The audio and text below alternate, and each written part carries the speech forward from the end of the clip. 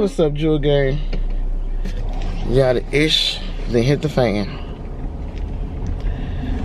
I am leaving Virginia as we speak. My son came from Charlotte to get me.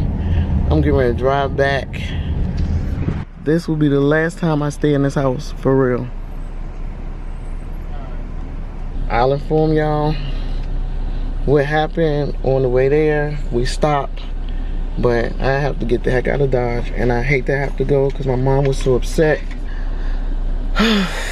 Y'all, let me tell y'all something. If you accept disrespect, then you should expect disrespect. I do not accept it, and I do not expect it. And my brother went way over the line last night, and I was like, let me get the heck up out of here. We were supposed to take a family trip to Dallas at the end of the month, because he actually bought me a ticket, and I was like, I'm not traveling with y'all. So, but I'll fill y'all in. My son is in the car. We're getting ready to leave, and I'll let y'all know what's going on. This shit smells good.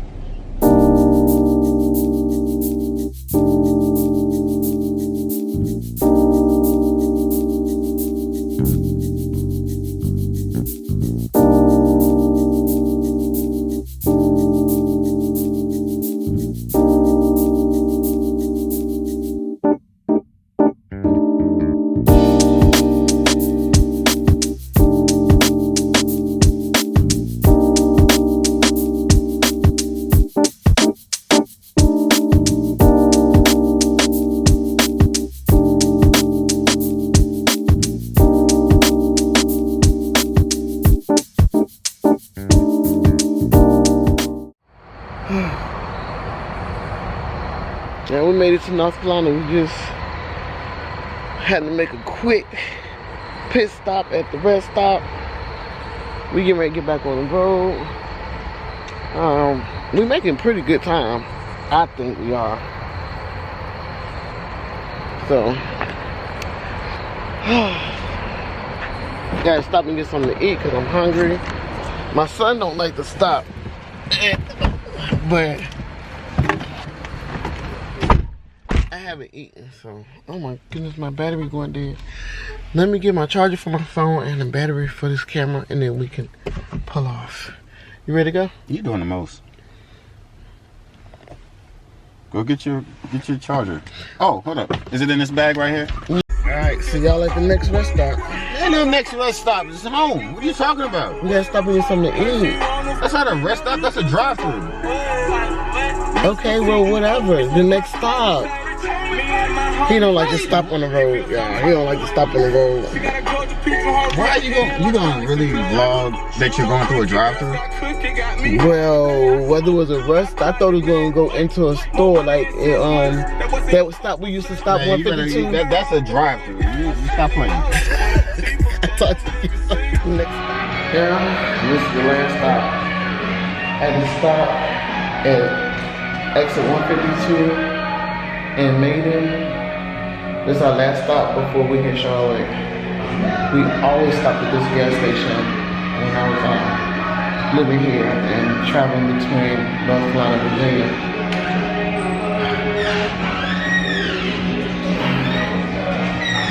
It is a truck stop, so. Customer 8, your shower is ready. Please proceed to shower 2. And that's what I was going to say, they have showers.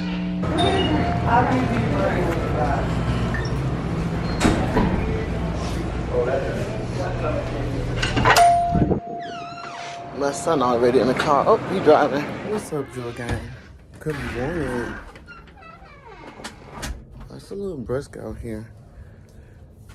Yeah, made it to my son's house.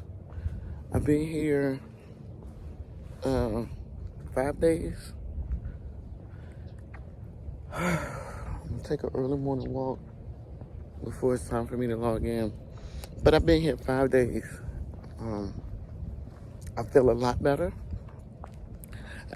I'm more at ease. Definitely more at peace. So, let me explain what happened that made me have to leave my mom. The reason I can no longer be there for her. And I'm going to say I am somewhat surprised. But again, I am surprised of the things that came to light. But then I can't be, because I kept feeling like something was going to be exposed. I kept feeling exposure. I kept hearing the word exposure. And I'm like, I don't understand what that means. I told my daughter, I said, something is about to be exposed. And I was looking in the wrong direction. Because I was thinking, honestly, it was going to be about my niece. That's what I thought. But at the end of the day, my niece is a child who has been raised and cultivated to be the person that she is. So I truly can't blame her for anything that she's doing, because she doesn't know better, because she's not taught better. Her behavior is accepted and tolerated. So it is what it is. What made me leave? Hold on, let me think about this. What's going on, Joe Gang? Y'all, it's actually the next day after 4 o'clock. Yesterday we were walking, and I was going to explain to you guys why I'm no longer with my mom. And I tried several different ways to explain it. But I guess the only way to explain it is to tell what happened. Me and my brother got into it, and he threw me out. Legit, my brother threw me out of his house. And one thing I do not do is allow people to throw me out more than once. So my son came and got me, and I left. My mom was really sad that I was leaving, but she agreed. So let me explain what happened, why he threw me out. My brother is a type of person who wants to be in control of everything, and at the same time is out of control.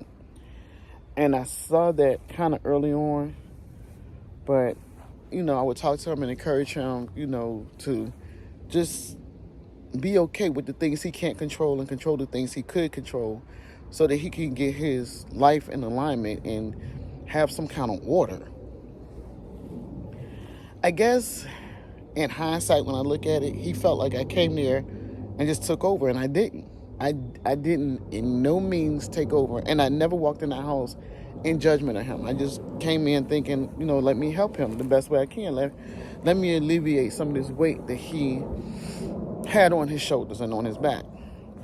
And I know he needed the break, and I was willing to give him the break, but I started becoming overwhelmed, because it's not like we shared the responsibility when I got there. He shifted the responsibility, which overwhelmed me. And what I mean by that is I started taking my mom to all her doctor's appointments, and I would call him and give him updates. I was there all the time. I had no transportation unless I had to take my mom to the doctor, and then I would take him to work, and I would take her to the doctor, and then we would go out to eat.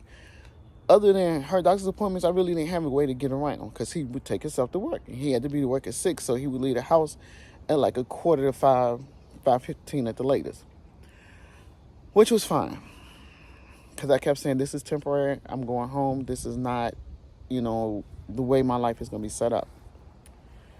Let me tell you when I started noticing something was off.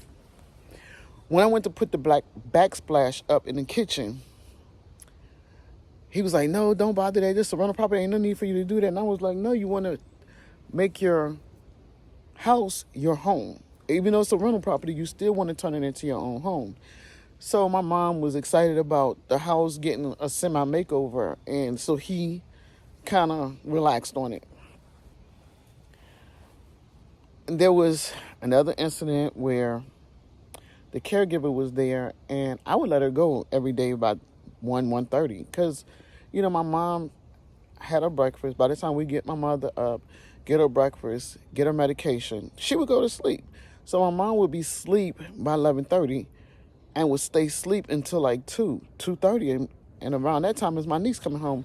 So when my mom dozed off and went to sleep, the caregiver would say, is it okay for me to leave? Now, of course, we would ask my mom, because at the end of the day, the caregiver is working for my mom. My mom is in the right state of mind. She has physical health challenges, not mental health challenges. So my brother does not have a POA on her. So the caregiver is working for my mother, not my brother.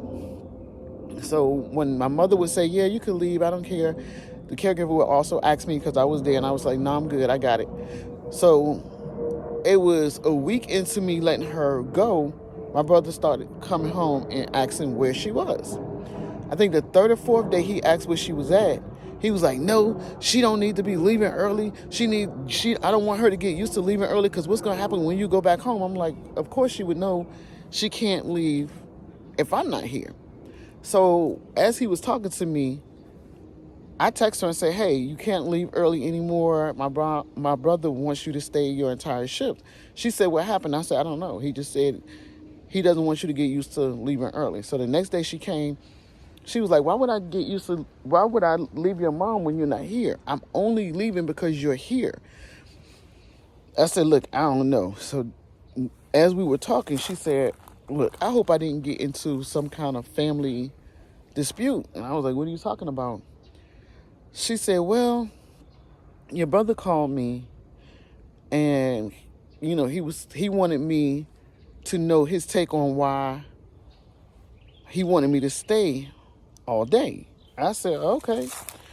So she said, he told her that I was only there temporarily, and I came into his house trying to take over. And I was like, that's not the case at all.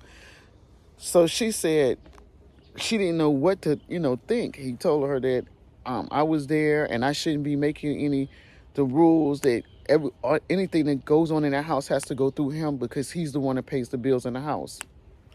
Let me just say this. My brother's not the only one to pay the bills in the house. My mother splits the bills with him. So the caregiver not getting into it was like, okay, I understand. Then the caregiver asked my brother, do you mind if I leave this week? This is on a Monday, y'all. This is on a Monday. Do you mind if I leave this week every day at 12 noon? Because I have something to do. My brother said, oh, yeah, you could leave at 12. Dad's there. Wasn't I doing the same thing? So the message was the same. It's just he needed to be the messenger. Okay. All right. So I told her, I said, look, cool, whatever. I'm not here to take over. I'm just here to help out. So it is what it is at this point. Another incident. My niece, as y'all know, I've been communicating that she's highly disrespectful. So one day she got off the bus and I was outside, and I said, hey, little bit, let me talk to you.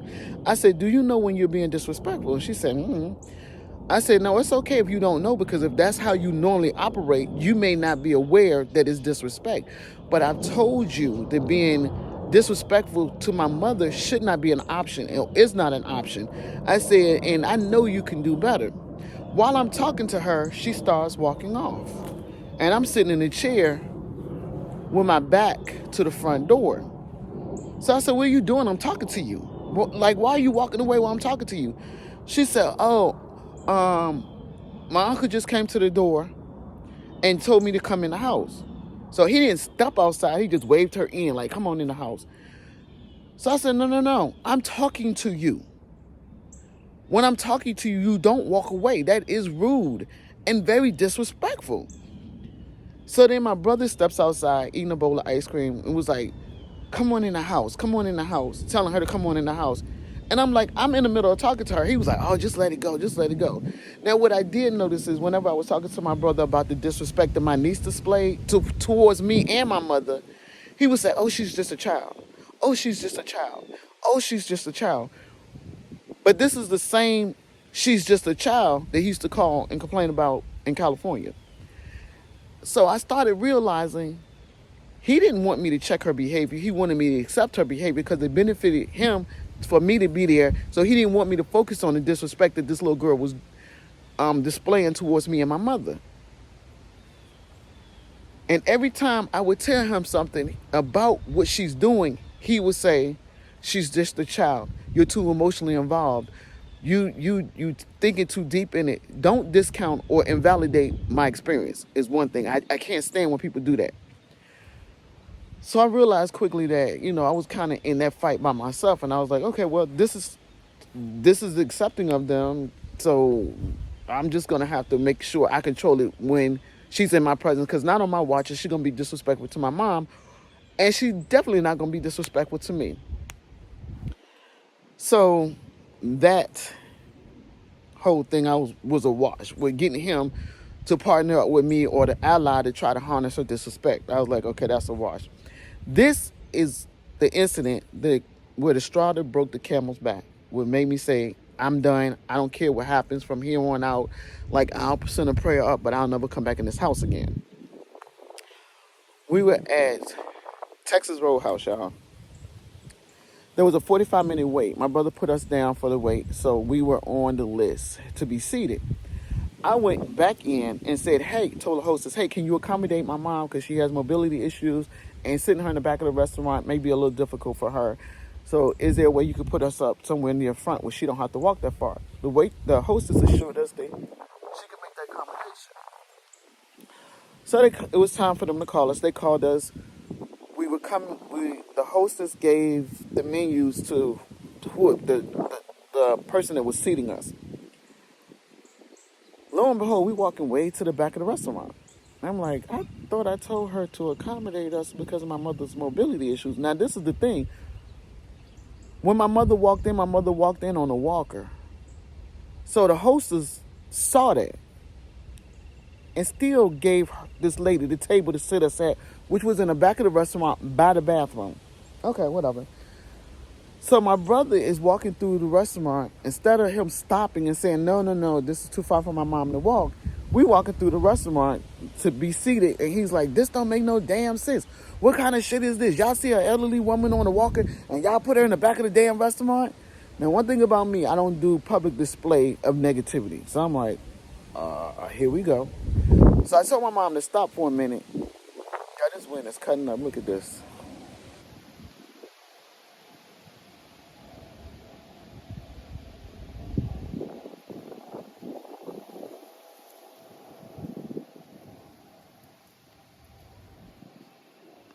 That's what I'm looking at while I'm talking to you guys. But anyway, so I'm like, okay. So we get to the back of the restaurant where they have the table for us. And my brother sits down. So I tell my mom, just go and sit down. So we get to the table. And, of course, we're discussing, like, why we're at the back of the restaurant, especially with my mom. So I say, well, I told her, to accommodate us. And why are we in the back? So the waiter comes up to take our order, and he hears the discussion, and he goes and runs and gets the manager. The manager, in turn, comes back to the table and says, I apologize. I understand that there was some confusion. Do you want to explain what happened? So my brother starts talking. My brother says, well, your waitress up there, she has a badass attitude, and I go up there and ask her the time, remaining for us to wait, and she has an attitude when she's talking to me. Somebody needs to address her attitude.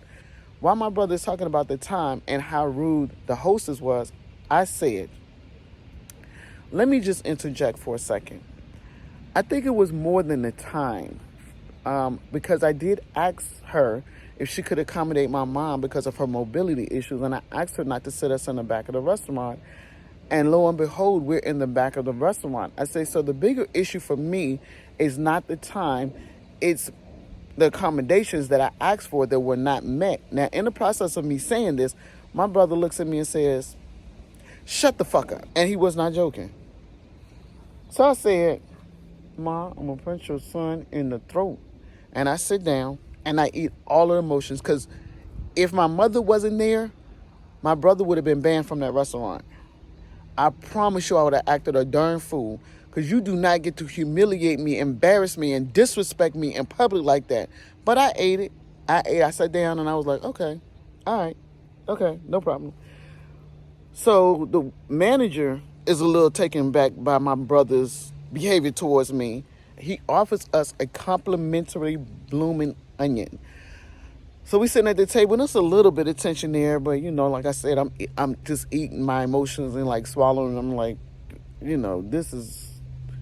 I don't ever want to get to a point where I'm saying this is what it is when it comes to disrespect towards me, because that's signing off on the disrespect, and I'm not going to sign off on somebody disrespecting me. So I'm like, okay, you just gotta keep cool, just keep cool. In my head, I'm like, keep cool. Now, 2 days go by, and I'm letting this incident marinate. And the more I think about it, the more pissed I get. So I called Shane. I told Shane, like, everything that's been going on, like the disrespect with my niece, like how my brother's been acting. Oh my God, this damn dog. How my brother's been acting. So I've been telling him about everything. So he said, what? I said, yeah. He had the audacity to tell me to shut up in public. So Shane DMs my brother and tells my brother, as a man, you have to learn to control your anger, and you need to learn to communicate effectively. And telling her to shut up like that shouldn't have been an option. So, anyway, let me walk down. Y'all look at my grandbaby. What you doing, man? What happened? Huh? Oh, your pumpkin got ruined. It got ruined? Oh, it did get ruined. We got to get another one. Going in the house? You upset? Oh.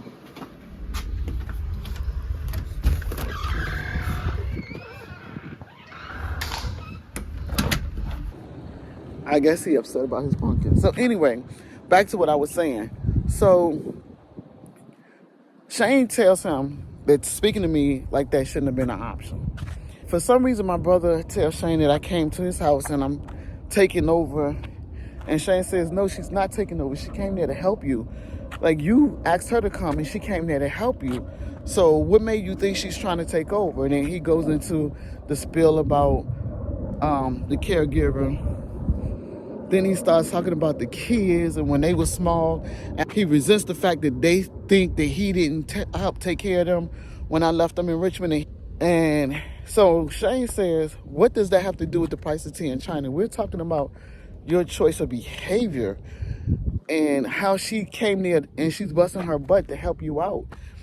So he was like, well, she's here trying to take over. And Shane was like, she's not trying to take over.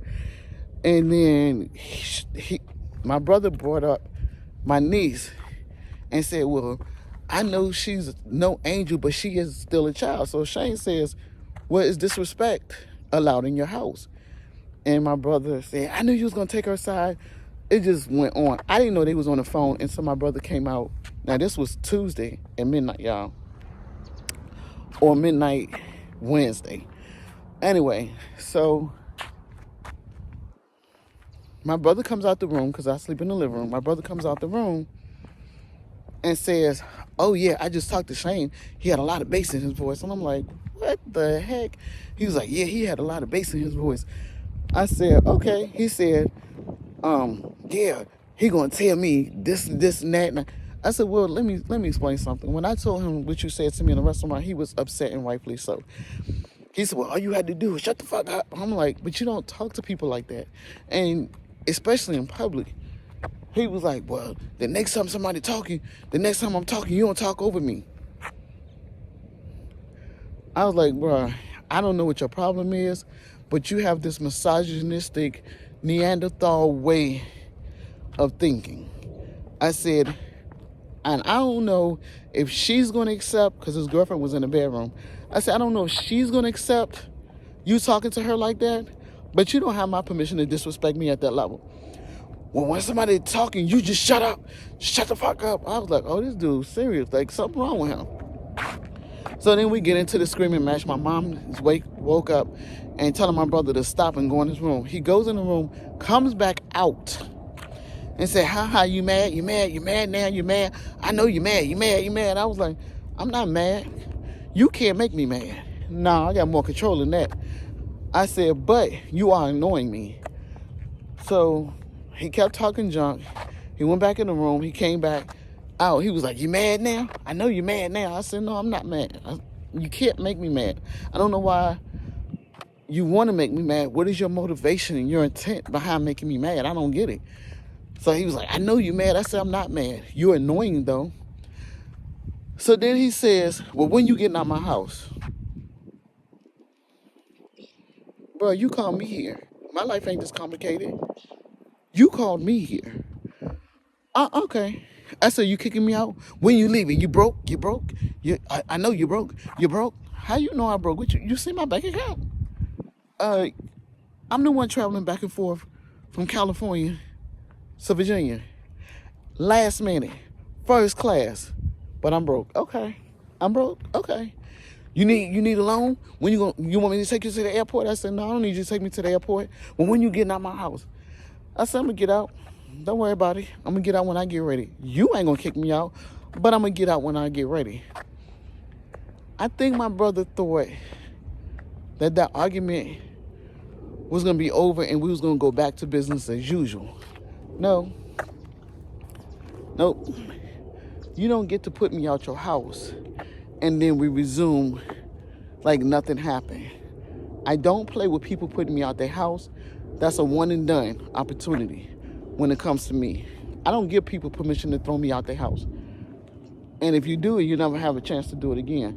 So when he threw me out, I don't think he thought I was going to leave, because at the end of the day, we did have a family vacation plan where we actually it's tomorrow. Tomorrow's Thursday. Yep, it's tomorrow. We was going to drive to DC and leave from the Ronald Reagan Airport, flying to Dallas, and be in Dallas Thursday, Friday, Saturday, Sunday, and leave out Monday. My brother even purchased me the ticket because he wanted to show his appreciation to me for coming. I said, fuck that ticket and fuck that trip. I'm not going on no trip with him, and he's willing to just be disrespectful to that degree in public towards me. Nope. No, thank you. Not I. Not me. And definitely not we.